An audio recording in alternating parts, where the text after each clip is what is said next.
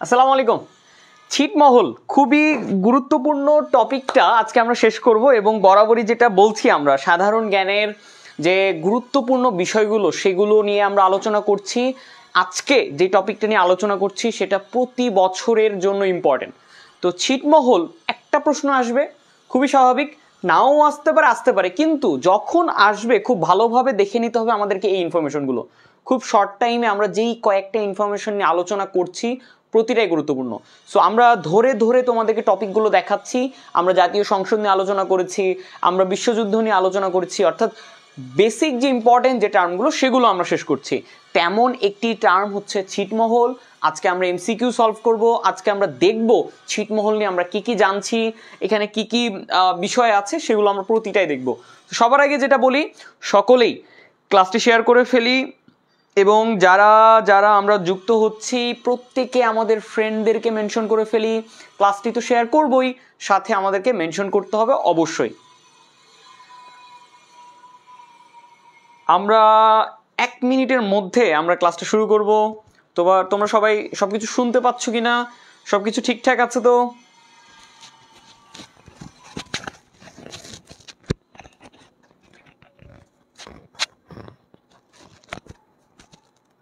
Okay, so I guess সব ঠিকঠাক আছে।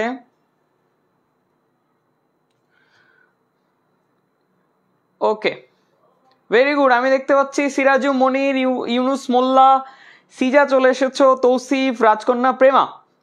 ভেরি গুড, আলহামদুলিল্লাহ আমি ভালো আছি, তোমাদের দয়ায় ভালো আছি। তোমরা সকলে কেমন আছো? এখন এই সময় তোমাদেরকে ভালো থাকতে হবে, মন মেজাজ ফুর্তিতে থাকতে হবে, কোনো রকমের কোনো ডিস্ট্রাকশনের মধ্যে মেন্টালি যাতে না ইনভলভ হও সেটা খেয়াল রাখতে হবে। সো চলো আজকে আমরা বেশি কথা না বলে, কিন্তু তার আগে যেটা আমি বলি, খুব দ্রুত ক্লাসটা শেয়ার করো। মাত্র 10টা সেকেন্ড সময়, প্রত্যেকেই আমরা যারা যারা দেখছি প্রত্যেকেই আমরা ক্লাসটা শেয়ার করে ফেলবো। খুব দ্রুত শেয়ার করে ফেলো, ফ্রেন্ডদেরকে জানিয়ে দাও, ফ্রেন্ডদেরকে মেনশন করো এবং খুব দ্রুত প্রত্যেকেরই ক্লাস শেয়ার চাই। ক্লাসটা শেয়ার করে ফেলো। আমরা 10 সেকেন্ডের মধ্যে ছিটমহল নিয়ে এমসিকিউ গুলো দিয়ে আমরা শুরু করব। দেখব কারা তোমরা এমসিকিউ গুলোর সঠিক উত্তর দিতে পারছো। সবার আগে যারা সঠিক উত্তর দিবে আমি তাদেরকে বলবো, তাদের নাম আমি এখানে দেখব। সো লিমা আছো, ইরা আছো, নূর আছো, সঞ্জনা আছো, যারা আছো প্রত্যেকেই ক্লাসটা শেয়ার করে ফেলো খুব দ্রুত। খুব দ্রুত, আমি দেখতে পাচ্ছি 9টা শেয়ার পড়েছে। বাকিরা একটা জাস্ট ট্যাপ করো, শেয়ার অপশনে ক্লিক করো, শেয়ার করে ফেলো, খুব দ্রুত শেয়ার করো। ওকে, খুব দ্রুত খুব দ্রুত, আর 5টা সেকেন্ড সময় নিব, 5টা সেকেন্ড। 1 2 3 4 5। শেয়ার ডান সকলের। ওকে, ভেরি গুড। আর 3টা, খুব দ্রুত শেয়ার করে ফেলো যারা আছো। ওকে, ভেরি গুড পূজা। চলো আমরা শুরু করব।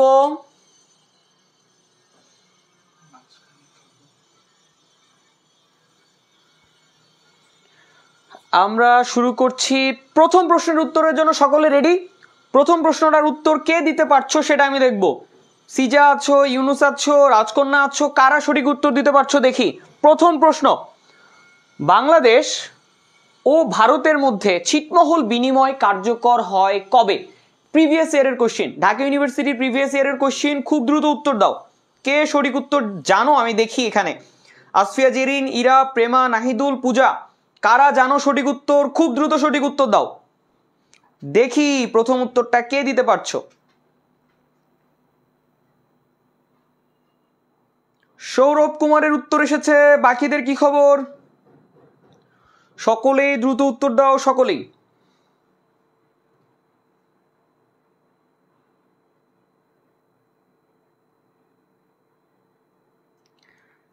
ওকে, সিজা, পূজা, ইরা, নাহিদ।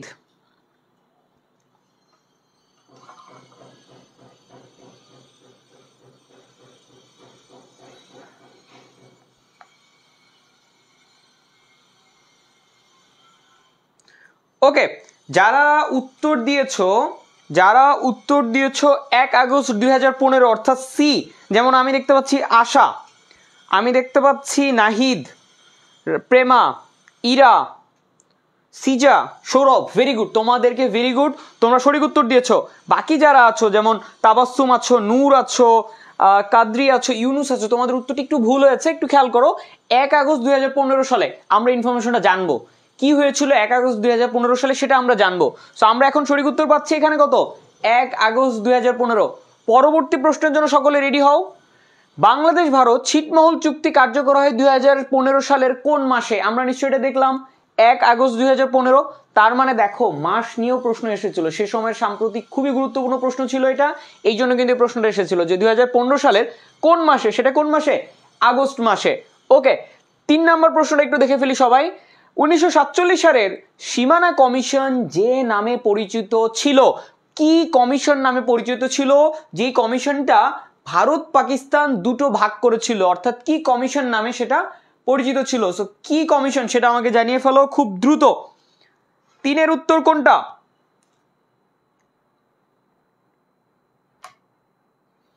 সকলে দেখি 3-এর উত্তর কি দিতে পারছো। Very good, very good. এখানে আশা করছি কারো উত্তর ভুল হবে না। Puja, Sourav, Sija, Ira, very good. Tousif, very good.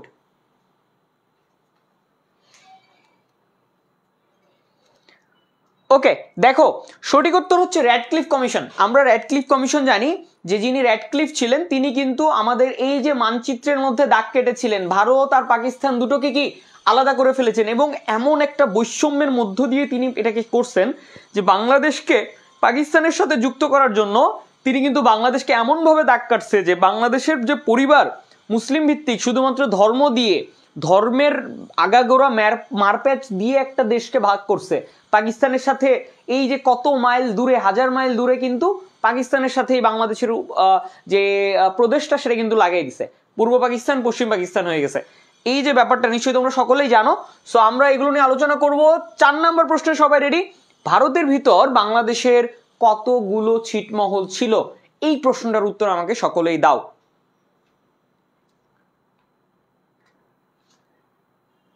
কারি আলামিন আল কাদ্রি, কোনো সমস্যা নাই, তুমি প্রশ্নের উত্তর দেওয়ার চেষ্টা করো। তাবাসসুম ভুল ছিল, সাইমন কমিশন না, রেডক্লিফ কমিশন। তোমরা সকলেই 4-এর উত্তরটা দাও। 4-এর কতগুলো, অর্থাৎ বাংলাদেশে কতগুলো ছিটমহল ছিল? যারা ছিটমহল কি, ছিটমহল নিয়ে আলোচনা করব, কিন্তু তার আগে এই প্রশ্নটা কারা পারছো সেটা আমি একটু দেখছি। আমির, কল্লোল, মিথিলা,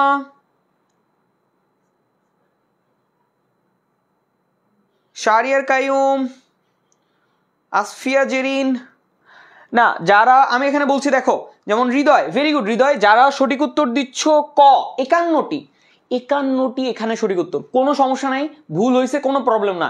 বাট আমি তোমাদেরকে বরাবর যেটা বলি, যেমন গতকালকে ইরা মনে হয় আমাদের পেজে সুন্দর করে নোট শেয়ার করছিলা, তোমরা একটা খাতা নিয়ে বসো, সাথে একটা কলম নিয়ে বসো। আজকে আমরা যেই ইনফরমেশনগুলো জানবো, বলতেছি ভাই ঢাকা ইউনিভার্সিটির যদি তোমাদের ড্রিম থাকে, তোমাদের এই ইনফরমেশনগুলো জানতে হবে। সাধারণ জ্ঞানে 30টা মার্ক, সাধারণ জ্ঞানে 30টা মার্ক। এই 30 মার্কের আজকের ক্লাস শেষে তুমি যদি একটা থেকে 2টা মার্ক পাও, তোমার কিন্তু 200, 250, 1000 জনের সামনে তুমি চলে যাবা। 1জন 2জন না ভাই, 1 লাখ প্লাস তোমার সাথে পরীক্ষা দিবে, 1 লক্ষের অধিক। সো তুমি বুঝতে পারতেছো ইনফরমেশন তোমার জন্য কতটা। এগুলো আসলে ইনফরমেশন না, এগুলো তোমার এক একটা গোল্ডেন ওয়ার্ডস। সো এগুলো তুমি যদি লিখে না নিতে পারো, এটার দায়ভার কিন্তু তোমাকে নিতে হবে। ওকে চলো আমরা তাহলে দেখলাম এখানে সঠিক উত্তর কতটি, 51টি। ওকে, এরপরের প্রশ্ন দেখো, মশালডাঙ্গা ছিটমহল কোন জেলায় অবস্থিত? এই প্রশ্নটার উত্তর আমাকে দেওয়ার চেষ্টা করো। যারা আছো, কল্লোল আছো, অরণি আছো, মারুফ, যারা আছো সকলেই উত্তর দাও। মশালডাঙ্গা ছিটমহল কোন জেলায় অবস্থিত?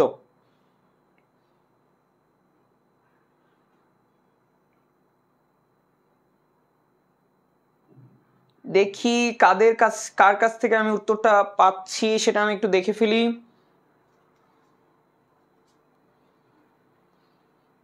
ভুল হতে পারে, কোনো সমস্যা নাই। সিরাজুম মনির,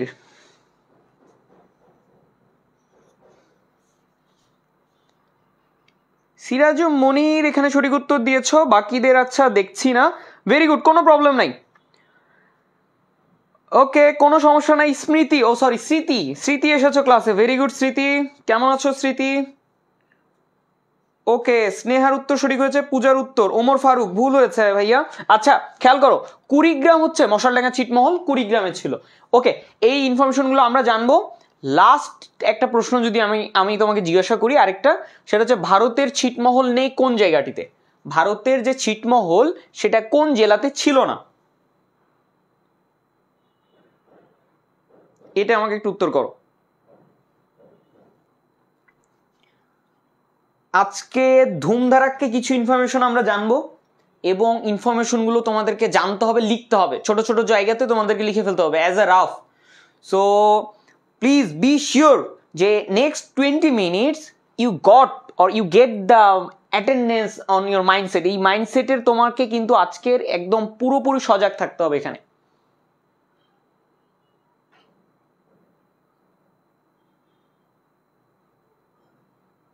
ভেরি গুড। যারা বলছো বি অর্থাৎ রংপুরে কিন্তু ভারতের কোনো ছিটমহল ছিল না, এছাড়া লালমনিরহাট, কুড়িগ্রাম, নীলফামারী সবগুলোতে কিন্তু ছিটমহল ছিল। বুঝতেই পারছো, এখন আমি তোমাদেরকে মূল টপিকে নিয়ে যাব। যাদের তোমাদের ধৈর্য আছে, যাদের তোমাদের সেই রকম স্ট্র্যাটেজিটা আছে, তোমরা যারা বলছো যে হ্যাঁ ঢাকা ইউনিভার্সিটিতে আমার চান্স পেতে হবে, রাজশাহী, চট্টগ্রাম, জাহাঙ্গীরনগর, গুচ্ছ, বিউপি, যা যতগুলো ইউনিভার্সিটি বলো, তোমাকে একটা পাবলিক ইউনিভার্সিটির সিট তোমাকে পেতে হবে, তাদের জন্য নেক্সট 20 মিনিটস ধৈর্য নিয়ে থাকতে হবে। নেক্সট 20 মিনিটসের আগে তোমাদেরকে আমি বলি, আজকের ক্লাসের যে চমৎকার যে লেকচার শিট সেটা শুধুমাত্রই আমাদের পেইড ব্যাচের স্টুডেন্টদের জন্য।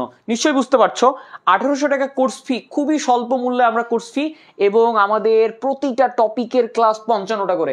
সাধারণ জ্ঞানে অন্য কোথাও তুমি 55টা ক্লাস পাবা না, বাংলাতে কোথাও 55টা ক্লাস পাবা না, ইংরেজির ধরে ধরে তোমাকে 55টা ক্লাস নেওয়া হবে। প্রতিটা ক্লাস শেষে 165টা ক্লাস টেস্ট, 20টি ব্যাখ্যা সহ ফাইনাল মডেল টেস্ট, সাথে 3000 প্রশ্ন সংবলিত তোমার জন্য একটা এমসিকিউ শিট থাকছে, যেটা দিয়ে তুমি যাচাই করতে পারতেছো নিজের প্রস্তুতি। সো বুঝতে পারছো আমরা কি রেডি করে রাখছি তোমাদের জন্য। সো বি শিওর আজকের ক্লাসটা তোমরা ফ্রিতে করছো, এবং এই ফ্রি ক্লাসটা চলো শুরু করি আমরা। একদম শুরুর ইনফরমেশন তোমাদেরকে নিয়ে শুরু করছি। শুরুতে কি ইনফরমেশন আছে সেটা নিয়ে আজকে আমরা জানবো। হোয়াট ইজ ছিটমহল? ছিটমহলটা কি সেটা আমি একটু দেখাই ফেলি তোমাদেরকে। ছিটমহল নিয়ে খুব মজার মজার তথ্য জানবো, যেগুলো একই সাথে মজার কিন্তু একই সাথে খুবই গুরুত্বপূর্ণ। সো সকলেই ধৈর্যটা রাখো, এবং পরবর্তী সময়গুলোতে একটা খাতা ইউজ করো। ওকে চলো, ছিটমহলটা কি একটু আমরা দেখে ফেলি। একটা ম্যাপ দেখতে পাচ্ছ, দেখো এই যে ম্যাপটা দেখো। ছিটমহল নিয়ে তোমাদেরকে আমি গল্প বলি, খুব মজার গল্প। ছিটমহল কিভাবে কি হইলো সেই গল্পটা তোমরা শুনো। যারা আছো, আমি দেখতে পাচ্ছি সামিয়া আছো, রাজকন্যা আছো, যারা আছো তারা ছিটমহল কি সেটা একটু শোনো। এখন মনে করো আমি একজনকে বলি, এটা হতে পারে শাহরিয়ার কাইয়ুম আছো। তো কাইয়ুম, মনে করো যে তোমার সাথে আমি কোনো একটা বাজি ধরছি, ধরে না আগেকার সময়ে জমিদাররা করতো কি এই বাজিটা ধরতো, অর্থাৎ কোনো একটা কিছু করছে, কোনো একটা কিছু করছে যে আগেকার জমিদাররা কি করতো জানো, যে একটা বিষয় নিয়ে ঘোড়দৌড় হইতে পারে, ঘোড়া দৌড় হইতে পারে, যুদ্ধ হইতে পারে, কোনো কিছু এইটাতে নিয়ে সোজা কথা তারা বেটিং করতো, তারা কোনো কিছু বাজি ধরতো। এখন বাজি তো কিছু রাখতে হবে, তখন তারা করতো কি জানো, এই যে তাদের যে কিছু জমি, সেই সময়ে কিন্তু টাকা পয়সার প্রচলন ছিল না, মনে রাখো কোনো হ্যান্ড ক্যাশ ছিল না, কোনো রকমের ক্যাশ ছিল না, কোনো কিছু ছিল না। তারা করতো কি, তারা বলতো আচ্ছা আমি তো জমিদার, আমি তোমাকে ওই জমিটা দিয়ে দিব। তাদের কাছে জমি ছিল তখন টাকার মতো, এত পরিমাণ জমি ছিল। তোমার দাদার গল্প শোনো হয়, তোমার দাদার 20 বিঘা জমি ছিল, তোমার দাদার 50 বিঘা জমি ছিল, কিন্তু তোমার বাপ পাইছে কত? তোমার দাদার দাদার কয় বিঘা জমি ছিল একবার হিসাব করো। তাহলে যিনি জমিদার ছিলেন তার কত বিঘা জমি ছিল। এই জমিগুলা করতো কি, এখন এই যে তখন তো আর ইন্ডিয়া পাকিস্তান ছিল না রে ভাই, তখন তো ব্রিটিশ পিরিয়ডের এক পশ্চিমবঙ্গের লোক এসে বলে যে আচ্ছা পঞ্চগড়ে, এই পশ্চিমবঙ্গ আর পঞ্চগড়ের এক লোক এখানে বেটিং লাগছে, বাজি ধরছে। বাজি ধরতে আইসা পশ্চিমবঙ্গের এক লোক বলে আচ্ছা পঞ্চগড়ের লোককে বলে ঠিক আছে তুমি যদি জিতে যাও আমার পশ্চিমবঙ্গের এই যে কুচবিহার বা এই যে এখানে আমার একটা জমি আছে সেটা আমি তোমাকে দিয়ে দিব। সেই জমির পরিমাণ কত? 20 বিঘা। এখন পঞ্চগড়ের লোক জিতে গেছে, পঞ্চগড়ের লোক জিতে যায় কি এই জমির কাগজপত্র পঞ্চগড়কে দিছে, পঞ্চগড়ের জমিদারকে। এই যে দিছে সে, এই দেওয়াটাতে থেকে যায়। এখন জমি তো ওর হয়ে গেছে। এখন জমি হইলে কি হবে, যখন দেশভাগ হয় 47 সালে, তখন তো হাউমাউ কাউমা শুরু হয়ে গেছে যে আচ্ছা এখন তো আমার জমিটা তো ওই দেশে চলে গেল। এখন যখন ওই দেশে গেছে, ওই দেশের সরকারই বা কি করবে, যে ওইটা তো ওর জমি, ওর জমি তো আর সরকার নিয়ে নিতে পারবে না। এরকম অনেক জায়গাতে কিন্তু এই জমিদারিরা কি করছে, এরকম বেটিং সিস্টেম করছে। সোজা কথা, মূল ছিটমহল আসে এইভাবে যে বাজি ধরতো এলাকা নিয়ে। সো বিষয়টা বোঝা গেছে নিশ্চয়ই। সো খুব সহজ একটা বিষয় যে ছিটমহল কিভাবে হয়েছে। ছিটমহল কি এটা জানবো আমরা, কিন্তু কিভাবে হয়েছে সেটা একটু জেনে নাও। এই যে জিনিসটা ছিট, যেটা ছিটকে গেছে, মহল মানে একটা জায়গা, যেই জায়গাটা ছিটকে চলে গেছে বাংলাদেশ এখানে, অথচ বাংলাদেশের আরেকটা জায়গা এখানে পড়ে আছে ইন্ডিয়ার মধ্যে, সেটা হচ্ছে ছিটমহল। শেষ। চলো আমরা এখন একটা পারফেক্ট ডেফিনেশন দেখে ফেলি ছিটমহলের, সেটা কি। তো এই ডেফিনেশনটা তোমরা একটু ছোট করে লিখে ফেলতে পারো। স্ক্রিনশট, আমি বারবার বলি screenshot screenshot is not the solution. So তোমাদেরকে যেটা করতে হবে, ছোট করে লিখার ট্রাই করতে হবে। এখন যেটা কাজ সেটা হচ্ছে, দেখো যে কোনো একটা রাষ্ট্রের যদি একটা এলাকা, অবশ্যই মনে রাখবা সেটা একটা কি হতে হচ্ছে, এলাকা হতে হচ্ছে, যে এলাকা চতুর্দিক থেকে অন্য একটি রাষ্ট্র দ্বারা পরিবেষ্টিত। তাহলে এই যে জমিদার, এই বেটা এইখানে আবার জমি নিয়ে এখানে জিতে গেছে জমিটা, এটা তো বাংলাদেশের জমি, কারণ ও বাংলাদেশের জমিদার। এখন এইখানে আসে তো দেখা গেছে যে অন্য একটা দেশ, ভারতের মধ্যে চলে গেছে, ভারতের মধ্যে গেছে, তার মানে বোঝাই যাচ্ছে অন্য একটা রাষ্ট্র দ্বারা পরিবেষ্টিত।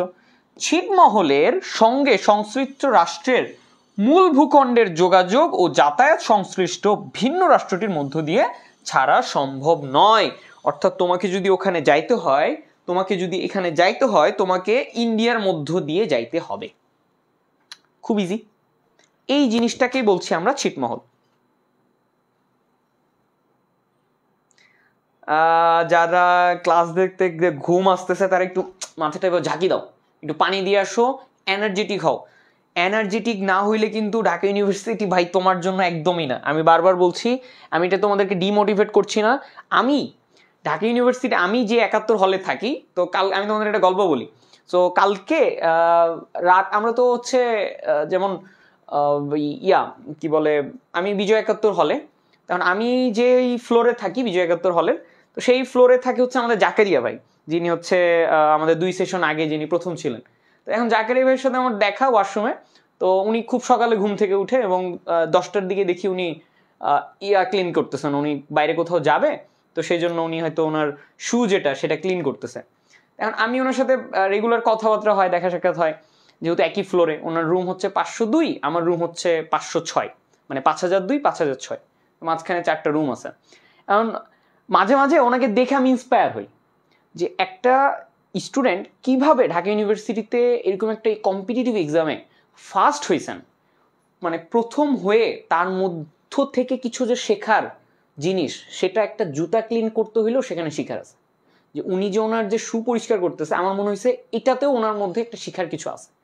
সো প্লিজ যারা ঢাকা ইউনিভার্সিটিতে পড়তে যাচ্ছ, তার একটা জিনিস মাথায় রাখো, এইখানে তোমার আশেপাশে যারা থাকবে না, প্রতিটা এক একটা জেমস, মানে এক একটা মনে করো যে মানে কেউ স্বর্ণ, কেউ রূপা হইতে পারে, লোহা টাইপের কিছু থাকবে, কিন্তু সেখানেও শেখার কিছু আছে। সো ঢাকা ইউনিভার্সিটি এই প্লেসটা তোমাকে দিবে যে শেখার মতো জায়গা অনেক আছে। সো এটা একটা গুরুত্বপূর্ণ বিষয়। এরপরে চলো আমরা একটু দেখে ফেলি, তাহলে আমরা বুঝলাম যে ছিটমহল মূলত কি। ছিটমহল কি, বাংলাদেশের একটা এলাকা অন্য একটা, অর্থাৎ ইন্ডিয়ার মধ্যে চলে গেছে। বাংলাদেশ তো ইন্ডিয়া দিয়ে ঘেরা, এছাড়া তো নাই। মায়ানমারে কি ছিটমহল আছে? না। তাহলে বাংলাদেশের সাথে ছিটমহল কার? ইন্ডিয়ার। সোজা কথা, বাংলাদেশ আর ইন্ডিয়ার মধ্যেই ছিটমহল আছে। তার মানে এই পশ্চিমবঙ্গর কিছু জায়গা এখানে আছে, বাংলাদেশের কিছু জায়গা ভারতে আছে। শেষ।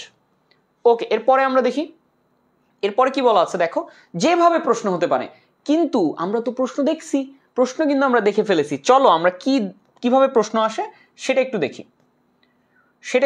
ঢাকা ইউনিভার্সিটি আমাদের মূল কাজ হচ্ছে প্রশ্নের অ্যান্সার করা।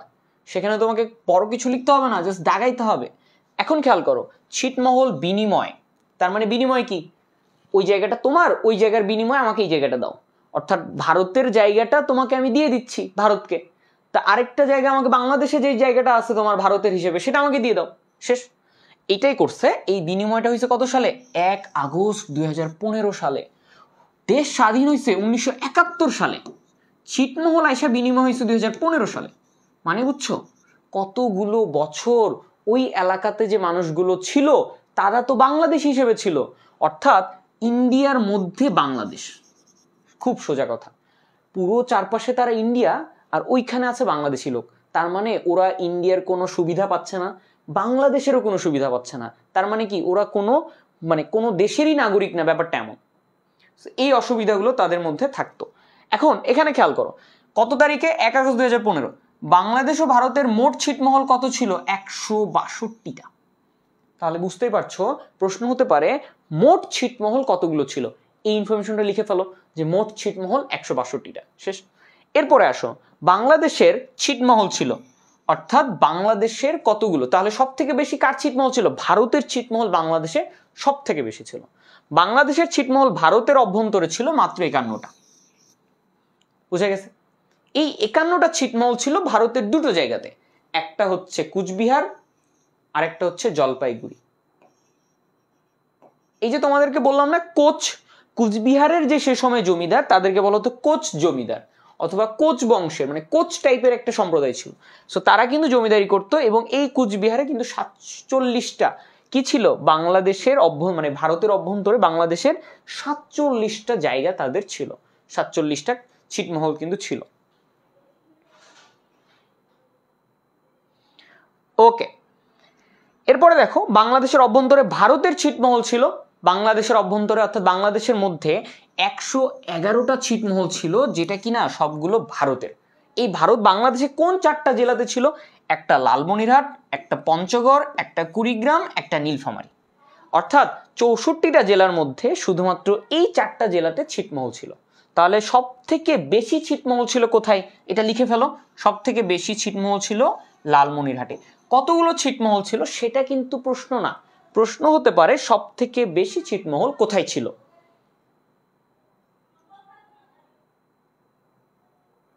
খুবই সহজ একটা প্রশ্ন, কিন্তু তুমি যদি এটা না জানো তুমি কিছুই জানবা না। বাংলা ইংরেজিতে তুমি একটা অপশন গেস করে দাগাইতে পারবা, কিন্তু এমন একটা ইনফরমেশন তুমি যদি না জানো দাগানোর কোনো উপায় নেই। সো এটা জেনে রাখো, সব থেকে বেশি ছিটমহল ছিল লালমনিরহাটে। একইভাবে যদি উল্টা প্রশ্ন চলে আসে সব থেকে কম ছিটমহল ছিল কোথায়, সেটা নীলফামারীতে।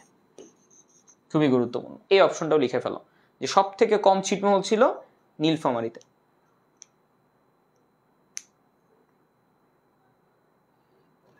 ওকে, তাহলে বুঝতে পারছো এখান থেকে আমরা অনেকগুলো ইনফরমেশন জানলাম। শুরুতে একটু রিক্যাপ করে ফেলি। 1 আগস্ট 2015 সালে ছিটমহল বিনিময় হয়, মোট ছিটমহল 162টা, বাংলাদেশের হচ্ছে 100, বাংলাদেশের ছিল হচ্ছে 51টা। তাহলে ভারতের কতগুলো? 111টা। এই যে দেখো সব থেকে বেশি ছিল 11টা, 111টা, এবং লালমনিরহাটে সব থেকে বেশি ছিল 59টা, তারপরে পঞ্চগড়ে, তারপরে কুড়িগ্রামে, তারপরে সব থেকে কম ছিল নীলফামারীতে। এই ইনফরমেশনগুলো খুবই গুরুত্বপূর্ণ। ওকে, আই গেস লিখা হয়ে গেছে। সো আবারও বলছি, লেকচার শিটটা তোমাদের জন্য যারা পেইড ব্যাচের স্টুডেন্ট শুধুমাত্র তাদের জন্য, বাকি যারা আছো তোমরা ইনফরমেশনগুলো লিখে ফেলো।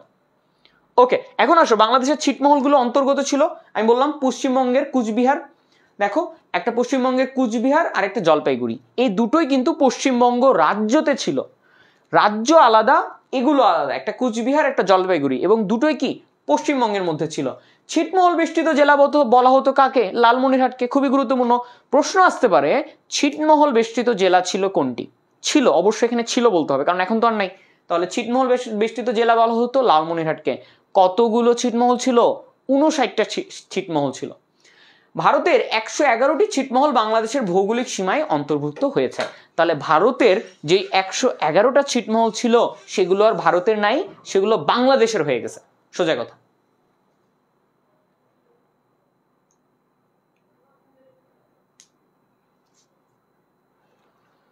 ওকে, এখন আসো আমরা পরের গুলো জানবো।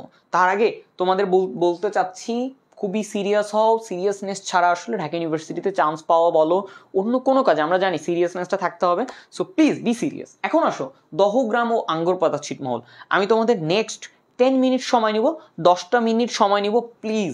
আমি দেখতে পাচ্ছি এখানে এত কমেন্ট আসলে করা দরকার নাই।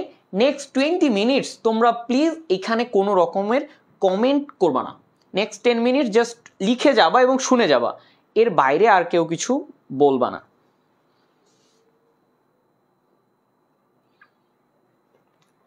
ওকে, এখন আসো আমরা আঙ্গুর পোতা, দহগ্রাম ও আঙ্গুর পোতা। এখন আমার একটা কথা আছে, যারা চান্স পাওয়ার মতো বিষয় সেটা আমরা শুরু থেকে বুঝি, একদিন দুই দিন না, গত 2 বছর ধরে আমরা অ্যাডমিশনের ক্যান্ডিডেটদেরকে পড়াচ্ছি।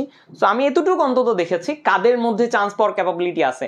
ওই কিছু থাকে না যে কমেন্ট সেকশনে অনেক গুতাগুতি করে, অনেক কিছু করে, সোজা কথা ভাই, মানে টোটালি ডিসঅ্যাপয়েন্টেড।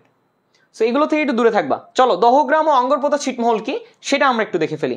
তাহলে মূল কথা, এটা ছিল সব থেকে বড় একটা ছিটমহল। তো এটা একটু দেখো। সো এটা নিয়ে তোমরা একটু খাতা ভর্তি করে লিখো এবং চাইলে এটা একটু লিখে ফেলতে পারো।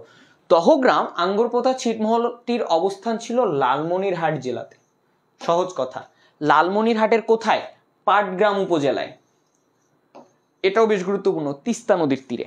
এটাও বেশ গুরুত্বপূর্ণ, কোন নদীর তীরে? তিস্তা নদীর তীরে।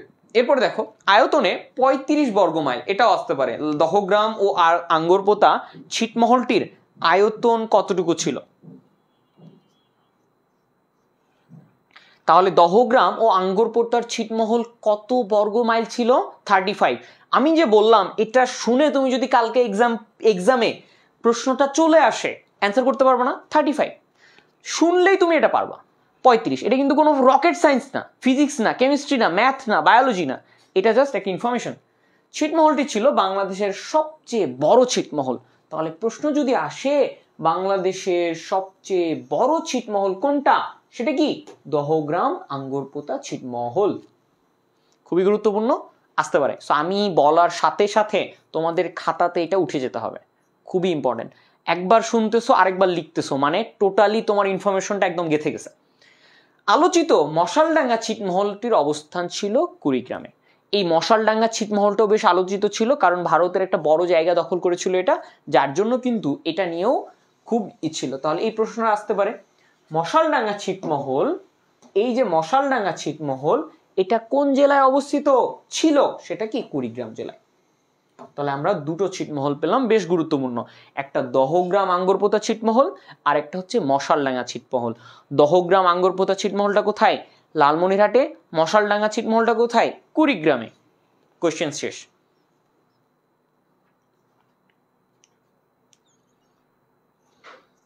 ওকে, এরপরে দেখো সকলের ডান? ওকে, চলো আমরা এখন আসি মুজিব ইন্দিরা চুক্তিতে। মুজিব ইন্দিরা চুক্তি, এই পর্বটা আমাদের জন্য গুরুত্বপূর্ণ। দেখো ছোট ছোট টপিকগুলো আমরা ধরে ধরে পড়াচ্ছি, এই জন্য তোমাদেরকে প্রতিটা, আমি তোমাদেরকে বারবার বলছি, পেইড ব্যাচের আমাদের মূল উদ্দেশ্য কি জানো? তোমাদেরকে সেইভাবে নার্সিং করা। তোমাদেরকে সাথে আমরা জাস্ট ল্যাপটপে আমরা তোমাদেরকে নিয়ে জুম মিটিংয়ে বসবো। জুম মিটিংয়ে বসে তোমাদের প্রবলেমগুলো জানার চেষ্টা করব, কি ছিল প্রবলেম, কি হয়েছে, কিভাবে তোমরা এগুলো সলভ করতে পারবা। তোমাদের সাথে 24 আওয়ার্স আমরা সেইভাবে সার্ভিস প্রোভাইড করব। অর্থাৎ পুরো ঢাকা ইউনিভার্সিটির জার্নিতে তোমরা জাস্ট আমাদের মানে সাপোর্ট পাবা। কি লাগবে, কখন কোথায় লাগবে। এমনকি গত বছর এমন হয়েছিল, স্টুডেন্ট এক্সাম দিতে আসছে, আমাদের সাথে না দেখা করে যাবে না, যে ভাই আমরা আসছি, আপনি আসেন, দেখা করেন। অথচ আমরা কিন্তু সারাদিন তোমাদের ওই ক্যাম্পাসে ছিলাম, মানে আমাদের ক্যাম্পাসে ছিলাম, ঢাকা ইউনিভার্সিটির ক্যাম্পাসে, যে সারাদিন সেখানে আসি, স্টুডেন্টরা আসে আমাদের সাথে দেখা করে, ভাইয়া এরকম কোশ্চেন এরকম ছিল, ভালো দিছি পরীক্ষাটা এরকম হয়েছে, মানে সেরকম একটা কনভারসেশন ছিল। ওকে, সো তোমাদের জন্য যেটা বিষয় সেটা হচ্ছে এরকম ডিটেলস ইনফরমেশন, ডিটেলস স্লাইডগুলো আমরা তোমাদের জন্য রেডি রাখছি, জাস্ট তোমাদেরকে এখন পার্টিসিপেট করার অপেক্ষা। ওকে, মুজিব ইন্দিরা চুক্তিটি 1974 বাংলাদেশ ও ভারতের মধ্যস্থিত সীমান্ত নিয়ে, এই যে আমাদের মুজিব, তিনি কিন্তু বেশ অ্যাক্টিভ ছিলেন। সীমান্ত সমস্যা নিরসন করবে ভারতের নয়াদিল্লিতে তৎকালীন প্রধানমন্ত্রী শেখ মুজিবুর রহমান আর ইন্দিরা গান্ধী, ভারতের, তারা কিন্তু একটা চুক্তি করে। সেই চুক্তিটার নামই হচ্ছে মুজিব ইন্দিরা চুক্তি। খুব গুরুত্বপূর্ণ এই মুজিব ইন্দিরা চুক্তি, খুব একটা ইম্পর্টেন্ট বলা যাবে না, তবে কত তারিখে সম্পাদিত হয় সেটা গুরুত্বপূর্ণ। 16 মে 1974। এটা একটু লিখে ফেলো যে মুজিব ইন্দিরা চুক্তি কত তারিখে হয়? 16 মে 1974। আমি কিভাবে নোট করতাম জানো? আমি তোমাদেরকে একটু দেখাই। আমি এই ক্লাস করতেছি মনে করো, আমি তোমাদের জায়গায় থাকলে কি করতাম? আমি ভাই লিখতাম মুজিব ইন্দিরা চুক্তি দিয়ে আমি একটা লাইন দিয়ে ভাবে লিখতাম 16 মে 1974। আমি জাস্ট এটা লিখে ফেলতাম, দিয়ে একটা গোল করে দিতাম। এইটা আমি লিখলাম, শুনলাম, বললাম, আমার আর এই ইনফরমেশন মাথা থেকে যাবে না। খুব সহজ কথা। এখন আসো, সালে সম্পাদিত এই চুক্তি অনুযায়ী বাংলাদেশ ভারতকে হস্তান্তর করবে পঞ্চগড়ের বেরুবাড়ি দিয়ে দিবে। আর ভারত বাংলাদেশকে কি দিবে সেটা হচ্ছে 3 বিঘা করিডোর। কিন্তু ব্যাটার এত খারাপ, সেটা দেয় নাই। অথচ বেরুবাড়ি নিয়ে চলে গেছে, বেরুবাড়ি নিয়ে ভারত চলে গেছে, অথচ 3 বিঘা করিডোর দেয় নাই 1974-এ। এই চুক্তির বৈধতা দানের লক্ষ্যেই বাংলাদেশের সংবিধানের একটা সংশোধনী পর্যন্ত আনা হয়। সেটা কততম সংশোধনী? 3য় সংশোধনী। তাহলে কালকে যদি প্রশ্ন আসে যে ছিটমহল সম্পর্কিত বা ছিটমহল সংক্রান্ত কোন সংশোধনী আনা হয় সংবিধানে, সেটা কি 3য় সংশোধনীটা। অর্থাৎ 3 নম্বর সংশোধন যেটা করা হয় সেটা কি সংক্রান্ত? ছিটমহল সংক্রান্ত। খুব গুরুত্বপূর্ণ একটা প্রশ্ন যে সংবিধানের ছিটমহল সংক্রান্ত সংশোধনী কততম সংশোধনী? 3য় বা 3য় সংশোধনী যেটা, সেটা কিসের জন্য? 3 বিঘা করিডোর আর বেরুবাড়ির জন্য। বুঝে গেছে? কিন্তু ভারত, এই শালা ভারতীয়রা 3 বিঘা করিডোর দেয় নাই। 2015 সালে আসে যেটা করা হয়েছে। ওকে, চলো আমরা এখন পরেরটাতে চলে যাই। আমি বলেছিলাম নেক্সট 10 মিনিটস, অলরেডি আমাদের 5 মিনিট চলে গেছে। সো চলো আমরা আর একটু সময় নিব। খুব মনোযোগ দিয়ে দেখো, ইনফরমেশন তুমি যদি 10 জনের থেকে একটা বেশি জানো, এইটাই তোমার জন্য কাজে দিবে। চলো আমরা পরেরটাতে যাই। বেরুবাড়ি আর 3 বিঘা করিডোর, এটা নিয়ে একটু ডিটেলসে জানি। আমি যেগুলো মার্ক করে দিব সেটা যেন তোমার খাতায় থাকে। যেটাই মার্ক করবো সেটাই তোমার খাতায় থাকতে হবে, সোজা কথা। ওকে, 3 বিঘা করিডোরের অবস্থান কোথায়? লালমনিরহাট জেলায়। আমরা দেখলাম এই প্রশ্নটা আসবে যে 3 বিঘা করিডোর কোথায় অবস্থিত? লালমনিরহাট জেলা। ওকে, এরপরে তিস্তা নদীর তীরে আমরা দেখেছি আয়তন 178 মিটার, যেটা আমরা 35 বর্গমাইল বললাম, 128 মিটার বা 128 × 85 মিটার। এরপরে দেখো বাংলাদেশের মূল ভূখণ্ড হতে বাংলাদেশের সবচেয়ে বড় ছিটমহল দহগ্রাম ও আঙ্গরপোতা, সেটা কি যোগাযোগের এই আঙ্গরপোতা যোগাযোগের জন্য করিডোরটি ব্যবহৃত হতো। তাহলে এই যে 3 বিঘা করিডোর, এই 3 বিঘা করিডোর যেটা কিনা, করিডোর কি জিনিস সেটা আমি একটু বলি তোমাদেরকে। মনে করো এটা হচ্ছে ভারত, তার মধ্যে আছে বাংলাদেশ।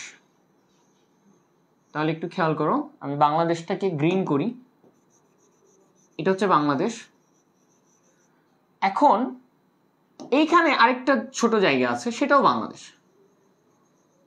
তার মানে এটাও একটু সবুজ করি, দেখো।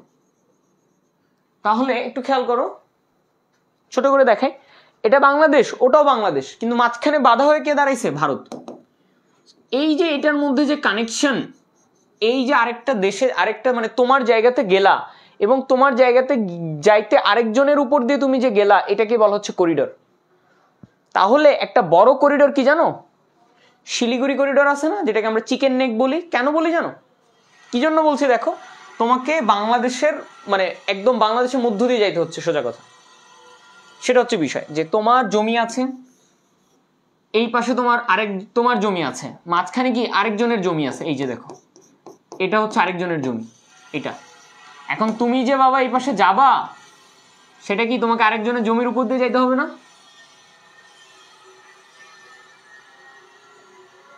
এই তো হৃদয়ের বাড়ি 3 বিঘা করিডোরে, ভেরি গুড। আচ্ছা, এখন এই ইনফরমেশনটা দেখো। তাহলে সব থেকে বড় ছিটমহল যেটা দহগ্রাম আঙ্গরপোতা, সেটাই যোগাযোগের জন্য এই করিডোরটি ব্যবহৃত হতো। তাহলে তো আমার থেকে বেশি হৃদয় ভালো বলতে পারবে। এখন আসো, 1974 সালে বাংলাদেশ ভারত সীমান্ত চুক্তি অনুযায়ী কথা ছিল যে বাংলাদেশ ভারতকে হস্তান্তর করবে পঞ্চগড়ের বেরুবাড়ি, আর ভারত বাংলাদেশকে হস্তান্তর করবে 3 বিঘা করিডোর। ভারত বলছিল যে দিবে, দেয় নাই। চুক্তিও হয়েছিল, দেয় নাই। এখন খেয়াল করো, কিন্তু বাংলাদেশ ভারতকে বেরুবাড়ি হস্তান্তর করলেও ভারত বাংলাদেশকে 3 বিঘা করিডোর হস্তান্তর করেনি। বুঝো ঠেলা। এখন আসো, 1992 সালে ভারত ইজারা দেয়। ইজারা মানে বুঝছো, লিজ দেয়, যেটাকে যে ভাই কিছুদিন ইউজ করো, এইভাবে ইউজ করো, টাকার বিনিময়ে ইউজ করো, ইউজ করতে দিছে। বুঝছো, জায়গাটা আমাদের দেওয়ার কথা। হিসাবটা বুঝো, 1992 সালে ভারত ইজারার মাধ্যমে 3 বিঘা করিডোর বাংলাদেশকে প্রদান করে। পরবর্তীতে 2011 সালে ঢাকায় মনমোহন সিং ও শেখ হাসিনা চুক্তির মাধ্যমে 24 ঘন্টার জন্য করিডোরটি উন্মুক্ত করেন, কিন্তু 2015 সালে যেহেতু 1 আগস্ট দুই দেশের মধ্যে বিনিময় হয়, পরবর্তীতে এটা আর সেভাবে থাকে না, অর্থাৎ এটা কি পুরোপুরি বাংলাদেশের সমস্যার সমাধান হয়, অর্থাৎ পুরোপুরি বাংলাদেশের হয়ে যায়। তারপরও এখনো বিএসএফ সহ অনেক ধরনের গার্ড এখানে আছে।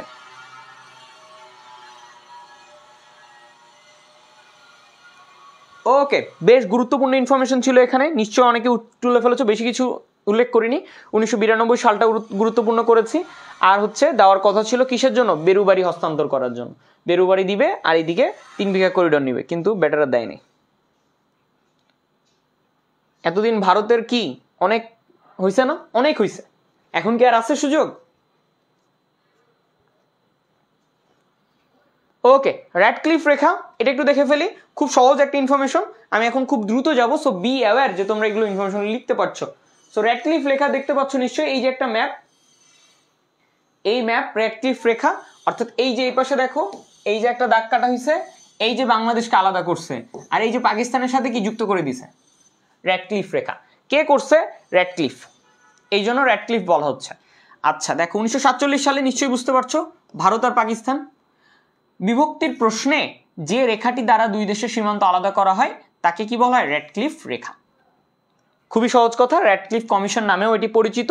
1952 সালে ভারত সরকার সীমান্ত পিলার বসালে ছিটমহল বিষয়টি স্পষ্ট হয়েছে। তাহলে 52 সালে যখন সীমানা বসাইতে গেছে, তখন এক বাংলাদেশি যা বলতেছে, না না ভাই আমার ওই পাশে জমি আছে। ইন্ডিয়ার এক লোক বলছে, না না ভাই আমার ওইখানে এত বিঘা জমি আছে।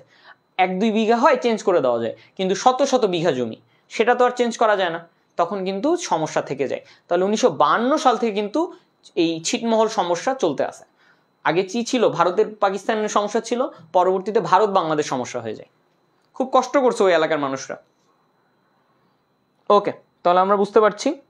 তাহলে যদি প্রশ্ন আসে কালকে যে মূলত ছিটমহল সমস্যা কত সালে উদ্ভূত হয়, সেটা কত সালে? 1952 সালে। কারণ কি 1952 সালে ভারত সরকার কি সীমান্ত পিলার বসাইতে গেছে সেখানে। ওকে, এরপরেরটা দেখো, বঙ্গোপসাগর। বঙ্গোপসাগর নিয়ে একটু ইনফরমেশন বলে ফেলা উচিত, যেটাকে এটা বে বলা হচ্ছে। বে মানে হচ্ছে দেখো উপসাগর, বে অফ বেঙ্গল, অর্থাৎ বঙ্গোপসাগর। বে মানে কি? উপসাগর, ঠিক আছে। এখানে একটু দেখো, বিশ্বের বৃহত্তম উপসাগর হিসেবে পরিচিত। তাহলে যদি বলা হয় প্রশ্নে যে বিশ্বের বৃহত্তম উপসাগর কোনটি, সেটা কিন্তু বঙ্গোপসাগর। অপশনে যদি বঙ্গোপসাগরের জায়গায় বলা থাকে বে অফ বেঙ্গল, বে অফ বেঙ্গল, তাহলে কি সেটাও একই না? তাহলে বঙ্গোপসাগর আর আলাদা নাম বে অফ বেঙ্গল, এটা অনেক সময় আমরা কনফিউজড হয়ে যায়।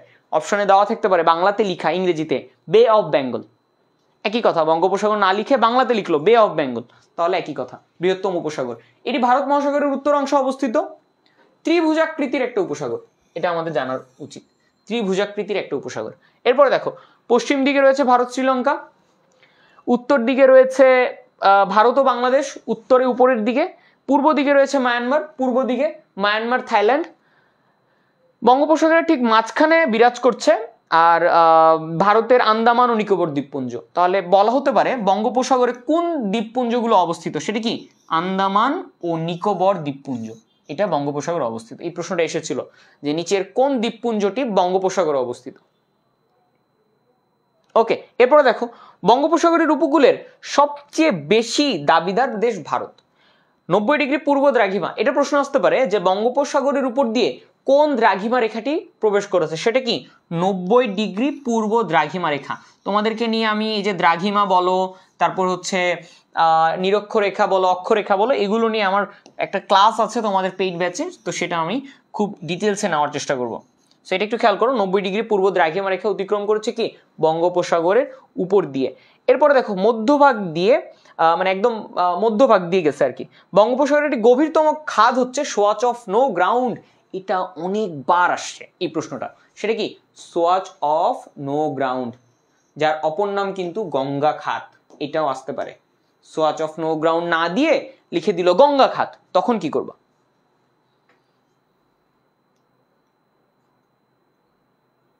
খুব সুন্দর প্রশ্ন করছে একটা তাওসিফ, যে বাংলাদেশ আর পাকিস্তান যদি এখনো স্বাধীন না হইতো, মানে বাংলাদেশ, আমরা পাকিস্তানি হিসেবে আছি, পাকিস্তানি হিসেবে আছি, অর্থাৎ তুমি বিশ্বাস করতে পারতো এই যে এখানে ঢাকা ইউনিভার্সিটি যে লোগোটা, এটা তখন অন্যরকম থাকতো, এবং আমি তুমি এমনও হইতে পারতো যে তুমি তৌসিফ তুমি কালকে করাচি ইউনিভার্সিটিতে অ্যাডমিশন দিতে গেছো, করাচি ইসলামিক ইউনিভার্সিটিতে অ্যাডমিশন তুমি দিতে গেছো কালকে, এবং এইটা যাইতে তোমার কতদিন লাগবে জানো? তুমি যদি জলপথে যাও অর্থাৎ নৌকা পথে যাও তোমার সময় লাগবে প্রায় 32 দিন যাইতে, আসতে আরো 32 দিন, তার মানে 64 days is your travel days. তাহলে এই 64 ডেজ তুমি চিন্তা করতে পারতেছো, 64 ডেজ মানে প্রায় 2 মাস সময় তোমার যাওয়া আসা করতে লাগবে। বিমান পথে যদি যাও তাহলে তো টিকিটের এক্সপেন্সিভ জানোই, এই সময়ে এসে টিকিটের প্রাইস 80,000 টাকা, রিটার্ন টিকিট 80,000 টাকা। তাহলে বুঝতেই পারতেছো খুবই কঠিন হয়ে যাইতো সেই সময়ে। কিন্তু এখন যেমন ভারত কিন্তু পাকিস্তানে যাওয়ার জন্য তখন এমন হইতো, ভারত কি বলতো যে না ভাই আমার আকাশের উপর দিয়ে তুমি পাকিস্তানে যাইতে পারবা না। পাকিস্তান হিসেবে যেহেতু আমরা থাকতাম, ভারত কি করতো আমাদেরকে একদম ঘিরে ধরে রাখতো, কিছু একটা হইলে আমাদের উপর অত্যাচার করতো, ওরা তখন বলতো ভাই ছাড়েন ওদেরকে, আমরা আসি, করতোই, কারণ পাকিস্তানের তো একটা পার্ট থাকতো। তখন কি নরেন্দ্র মোদী আমাদের এলাকার চারপাশে কি ফায়ার টায়ার নিয়ে দাঁড় করে রাখতো যে কিছু একটা হইলে এদিকে গুলি করবো। তখন আর কাশ্মীর নিয়ে মারামারি হইতো না, তখন বাংলাদেশ নিয়ে মারামারি হইতো।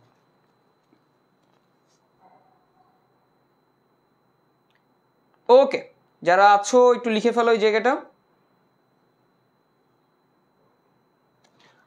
ওকে, সোয়াচ অফ নো গ্রাউন্ড, যার অপর নাম গঙ্গা খাত, এর গভীরতা কতটুকু সেটা আমাদের জন্য একটু গুরুত্বপূর্ণ, সেটা একটু লিখে ফেলো। 8,500 ফুট বা 2600 মিটার, গভীরতাটা ফুট হিসেবে বেশি গুরুত্বপূর্ণ, 8,500 ফুট। Swatch of no ground. বঙ্গোপসাগরের তীরবর্তী সৈকত ও বন্দরগুলো হলো, এটা আমাদের একটু জানতে হবে এখানকার মধ্যে গুরুত্বপূর্ণ যেটা হচ্ছে মেরিনা বিচ, তুতিকোরিন, এই দুটো গুরুত্বপূর্ণ, মেরিনা বিচ আর তুতিকোরিন এই দুটো জাস্ট একটু লিখে নাও।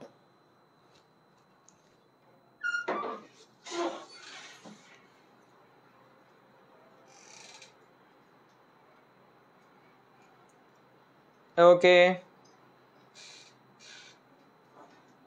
ডান, সকলের ডান।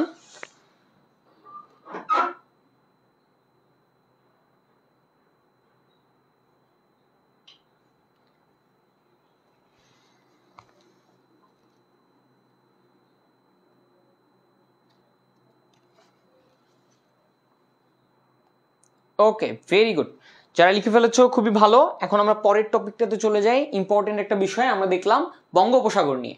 তাহলে বঙ্গোপসাগর নিয়ে যখন আমরা দেখে ফেললাম, এখন চলে আসো আমরা মেরিন ড্রাইভ, যেটা আমাদের কক্সবাজার মেরিন ড্রাইভ। এটা জাস্ট এই অংশটা ইম্পর্টেন্ট, এটা লিখে ফেলো যে কক্সবাজারের কলাতলি থেকে টেকনাফ পর্যন্ত সড়কটির দৈর্ঘ্য কি 80 কিলোমিটার।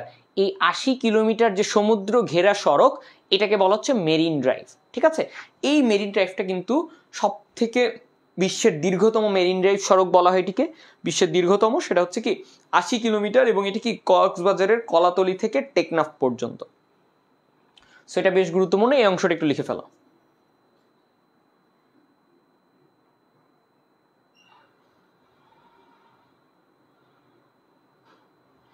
ভেরি গুড, সিজা, প্রেমা, সারিয়া, মিথিলা, জান্নাত, ইরা, তাবাসসুম, সবাই মেয়েরা লিখতেছো, কি ব্যাপার ছেলেরা কি লিখো না?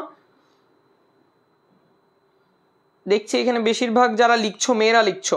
তোমরা অবশ্যই যাদের নোটটা ভালো হবে, এই তো তাবাসসুম সারিয়া বলছো যে আমার বাড়ি কক্সবাজারে, অনেক সুন্দর রোডটা, আমি কখনো যাইনি, আমি আসলে আমার যাওয়ার সৌভাগ্য হয়নি, আমার খুবই ইচ্ছা মেরিন ড্রাইভে আমি যাব। সো আমি যতদূর জানি খুবই সুন্দর নাকি জায়গাটা, তোমরা একটু ছবিটা দেখতে পাচ্ছ, ছবিটা দেখো, অনেকেই হয়তো গেছো। তো এটা নাকি অনেক সুন্দর একটা সড়ক। ওকে, ইয়াসিন বলছো ক্লাসের শেষে পিডিএফটা দিতে পারো। ভাইয়া আসলে আমাদের পেইড ব্যাচের পিডিএফ আমরা এখন তোমাদের জন্য ফ্রিতে ক্লাস নিচ্ছি, আমাদের পেইড ব্যাচ 10 তারিখ থেকে শুরু হতে যাচ্ছে। সো আমাদের এই ম্যাটেরিয়ালসগুলো পিডিএফ যেগুলো, সেগুলো পিডিএফ লেকচার শিট যেগুলো আছে আমাদের পেইড ব্যাচের স্টুডেন্টদের জন্য। ওকে, তোমরা খুব দ্রুত ভর্তি হয়ে যাও, যার জন্য কিন্তু আমাদের সুন্দর পিডিএফ লেকচার শিট এবং বিষয়গুলো কিন্তু তোমাদের জন্য রেডি আছে। এখন আসো বাংলাদেশের সমুদ্র সৈকত নিয়ে।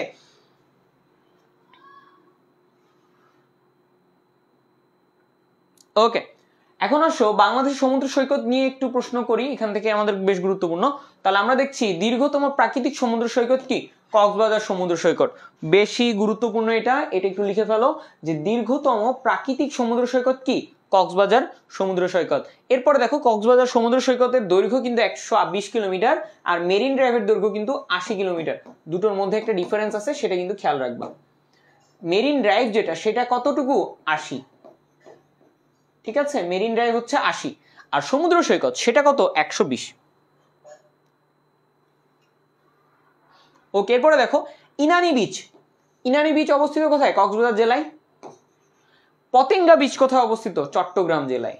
এই দুটোর মধ্যে একটু ডিফারেন্স রাখতে হবে, ইনানি আর পতেঙ্গা দুই জায়গায় অবস্থিত, ঠিক আছে।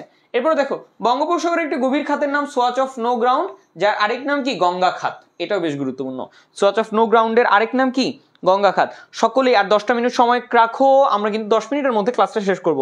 সোয়াচ অফ নো গ্রাউন্ড হলো সাবমেরিন ক্যানিয়ন, অর্থাৎ সেখানে কিন্তু বলতে পারো যে একরকম সাবমেরিন ছাড়া যাওয়া সম্ভব না, ক্যানিয়ন একটা অঞ্চল, তো সাবমেরিন ক্যানিয়ন অর্থাৎ সাবমেরিন অঞ্চলকে বলা হচ্ছে এই যে swatch of no ground.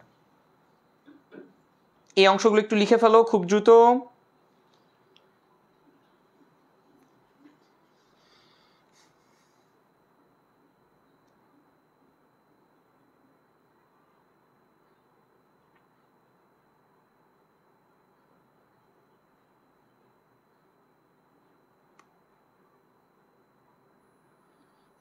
Okay, I guess হয়ে গেছে, চলো আমরা পরেরটাতে চলে যাব।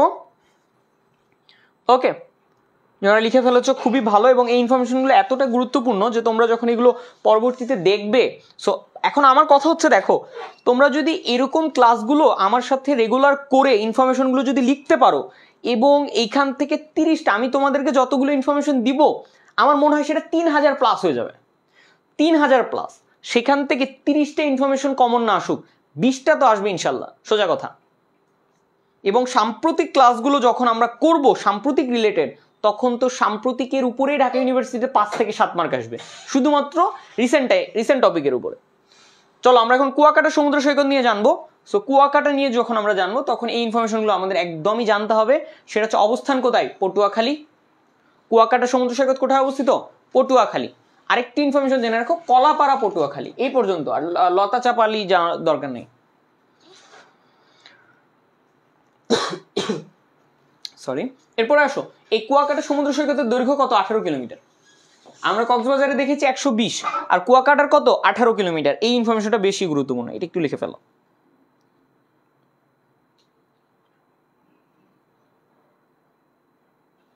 এরপরে দেখো অন্য কি নামে পরিচিত কুয়াকাটা সমুদ্র সৈকত, রাজকন্যা নামে পরিচিত, সাগরকন্যা, এটাও বেশ গুরুত্বপূর্ণ, সাগরকন্যা নামে পরিচিত কিন্তু কুয়াকাটা সমুদ্র সৈকত। এরপরে দেখো এটার বৈশিষ্ট্য কি, একই সাথে তুমি সূর্যোদয় আর সূর্যাস্ত দেখতে পারবা, অন্য কোনো সমুদ্র সৈকতে বাংলাদেশে এটা দেখা যাবে না, যেটা কিনা একমাত্র এই কুয়াকাটা সমুদ্র সৈকতে যাওয়া দেখতে পারবা। দুর্ভাগ্যের বিষয় আমি এখন পর্যন্ত সেখানে যেতে পারিনি, ইনশাল্লাহ যাওয়ার সুযোগ হলে ইনশাল্লাহ যাব।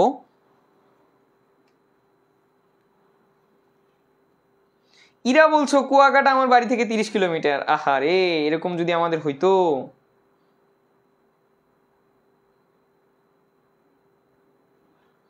ওকে, এরপরে দেখো বঙ্গবন্ধু দ্বীপ। বঙ্গবন্ধু দ্বীপ নিয়ে সম্পর্কে তোমাদের যে ইনফরমেশনটা জানতে হবে, এটার স্থানীয় নাম কি, পুটুনির দ্বীপ। এই ইনফরমেশনটা জেনে রাখো, স্থানীয় নাম হচ্ছে পুটুনির দ্বীপ, এটা জেনে রাখো। আয়তন দেখো 7.8 বর্গ কিলোমিটার, এটাও ইনফরমেশন জানতে হবে। বঙ্গবন্ধু দ্বীপ আয়তন হচ্ছে কি 7.8, আর কোথায় অবস্থিত সেটা একটু জানতে হবে, বাগেরহাট জেলায়। কোন জেলা অবস্থিত বঙ্গবন্ধু দ্বীপ, বাগেরহাট জেলার মোংলা উপজেলায়, যেটা দুবলার চর থেকে 10 কিলোমিটার দক্ষিণে। এত জানতে হবে না, বাগেরহাট জেলা অবস্থিত, সোয়াচ অফ নো গ্রাউন্ড সন্নিকটে বঙ্গবন্ধু দ্বীপ, এটা জানতে হবে যে কোথায় বঙ্গবন্ধু দ্বীপ, কোথায়, সোয়াচ অফ নো গ্রাউন্ড সন্নিকটে। এই ইনফরমেশনটা জাস্ট জানতে হবে।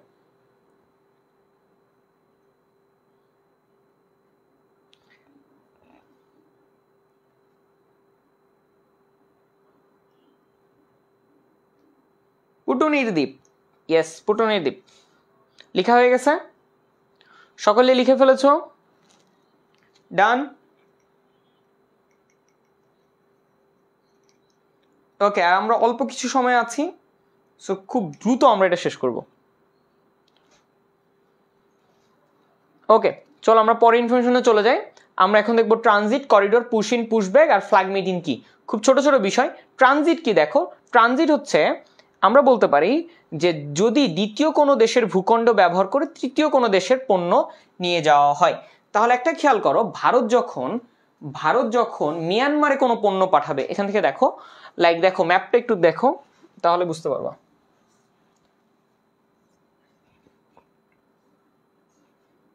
এই যে ম্যাপটা দেখো, এইখানে একটু ম্যাপটা দেখো, এখানে কি করা হচ্ছে দেখো, এই যে ভারত সে কি করছে, মনে করো সমুদ্রপথ, এই সমুদ্রটা তো আমাদেরই, তাই না, সমুদ্র তো আমাদের। এখন তারা কি করলো, সমুদ্র না মনে করো, আচ্ছা সমুদ্র পথে মনে করো, এই যে তারা এই দিক দিয়ে গিয়ে মায়ানমারে গেল, তাহলে এইটা কি করলো সে, ভারত কি করলো, আমাদের পথ ব্যবহার করে আরেকটা দেশ গেল। তাহলে ভারত হচ্ছে প্রথম দেশটা, বাংলাদেশ হচ্ছে দ্বিতীয় দেশটা, আর মায়ানমার হচ্ছে 3 নাম্বার দেশ। তাহলে প্রথম কোনো দেশ সে যদি আরেকটা দেশ ব্যবহার করে আরেকটা দেশে যায়, তাহলে 1 নাম্বার দেশ 2 নাম্বার দেশ ব্যবহার করে 3 নাম্বার দেশে গেছে। এই যে 2 নাম্বার দেশ ব্যবহার করছে এটাকে বলা হচ্ছে ট্রানজিট। তাহলে কি বুঝলাম আমরা, ট্রানজিট। আর করিডোর কি ছিল, সে একই দেশে যাবে আরেকটা দেশকে জাস্ট টপকে, তাহলে কি হলো, অর্থাৎ তার দেশেই সে যাচ্ছে মাঝখানে আরেকটা দেশকে ব্যবহার করে, সেটা কি করিডোর, তাই না। এই যে বোঝা গেছে ট্রানজিট করিডোর। তাহলে ম্যাপটা দেখে ইজিলি বোঝার কথা।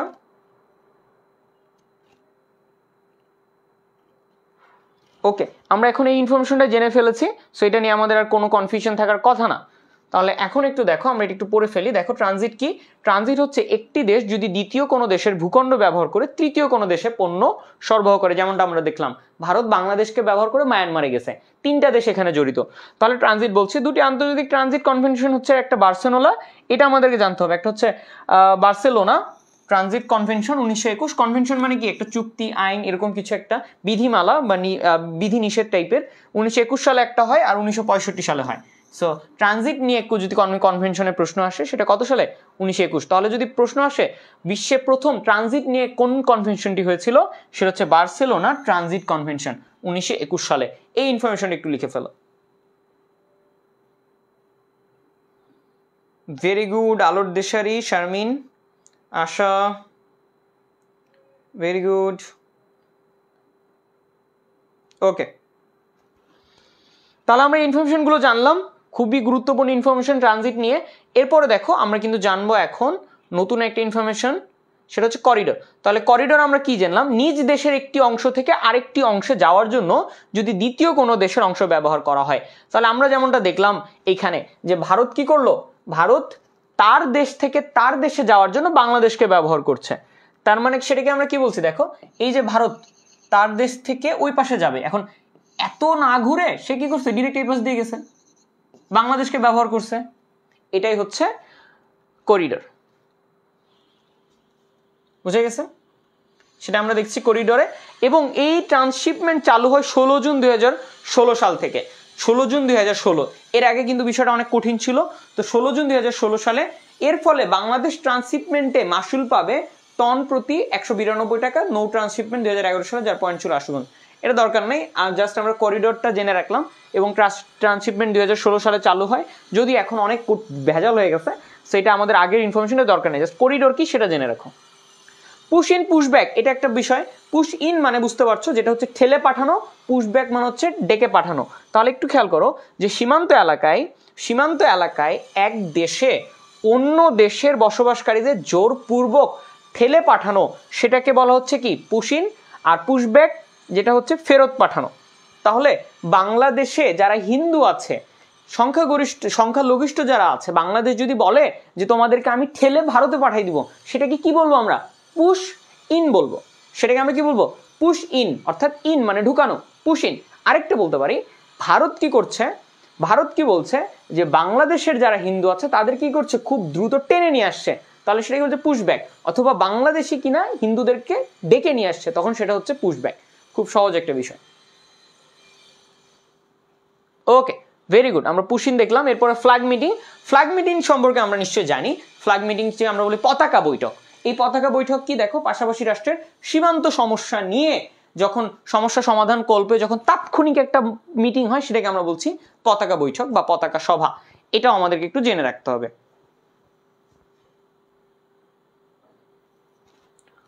ওকে, এরপরে দেখো আমরা প্রশ্ন চলে এসেছি। সো ভেরি গুড, আমরা আজকে যে ক্লাসটা করলাম নিশ্চয়ই বুঝতে পারছো খুবই গুরুত্বপূর্ণ ছিল। 1 ঘন্টার মতো একটা ক্লাস হলো এবং ভেরি গুড। যেই 40 জন তোমরা আছো এবং শ্রাবণ সহ, সিজা সহ, মিথিলা সহ যারা আছো, যারা তোমরা ক্লাস করেছো, ভেরি গুড। কি কি ইনফরমেশন তোমরা লিখলে, কিভাবে লিখলে সেগুলো আমাদেরকে দেখাও। আমাদের পেজে তোমাদেরকে এটা জাস্ট একটা ছবি তুলে আমাদেরকে পাঠিয়ে দাও। খুবই গুরুত্বপূর্ণ ইনফরমেশনগুলো আমরা তোমাদের ফ্রেন্ডদেরকে সাথে শেয়ার করবো এবং দেখাবো যে তোমরা বাকিরা কিভাবে তোমাদের মতো এই জিনিসগুলোকে কপি করতে পারে। সো খুব গুরুত্বপূর্ণ প্রশ্নের উত্তরগুলো তোমরা নিশ্চয়ই জানলে। আমাকে এখন একটা কথা বলো, আজকের ক্লাসটা থেকে তোমরা এমন হবে না যে 20টা ইনফরমেশন জানছো, 20টা প্লাস হতে পারে, কিন্তু আনুমানিক 20টা থেকে 25টা জানছো। তাহলে আমার কথা হচ্ছে এই ক্লাসগুলোতে থেকে যদি তুমি গড়ে 50টা ইনফরমেশন জানতে পারো, সেটা কি তোমার লাভ না? 55টা ক্লাস সাধারণ জ্ঞানের উপরে আমি তোমাদের নিব। প্রতিটা টপিক আমি তোমাদেরকে ধরে ধরে দেখাবো কোন সাধারণ জ্ঞানের কোন অংশটা গুরুত্বপূর্ণ, কোন প্রশ্নটা আসবে, কোনটা আসবে না। তোমাদের কাজ হচ্ছে এই ছিটমহল নিয়ে তোমরা আরেকটু গিয়ে সাধারণ জ্ঞান বইগুলোতে চোখ রাখবা, আরেকটু তোমরা দেখবা, অনলাইনে সার্চ করবা, গুগল করবা, ফোনে গিয়ে গুগল করবা যে ছিটমহল নিয়ে রিসেন্ট কোনো কথাবার্তা আছে কিনা, যদি থাকে সেগুলো আমরা দেখাবো। কোনো চিন্তা নাই, তোমার কাজ হচ্ছে দিনের পড়া দিনে শেষ করে ফেলা। এটা জাস্ট তোমরা করে যাও। সো এখন এটার জন্য তোমাদের কি করতে হবে, পেইড ব্যাচ তোমাদের জন্য মাস্ট। তুমি অফলাইন করো, তুমি অফলাইনে যেখানেই যাও, কোনো প্রবলেম নাই, বাট অফলাইনের সাথে একটা অনলাইন ব্যাচ তুমি রাখো।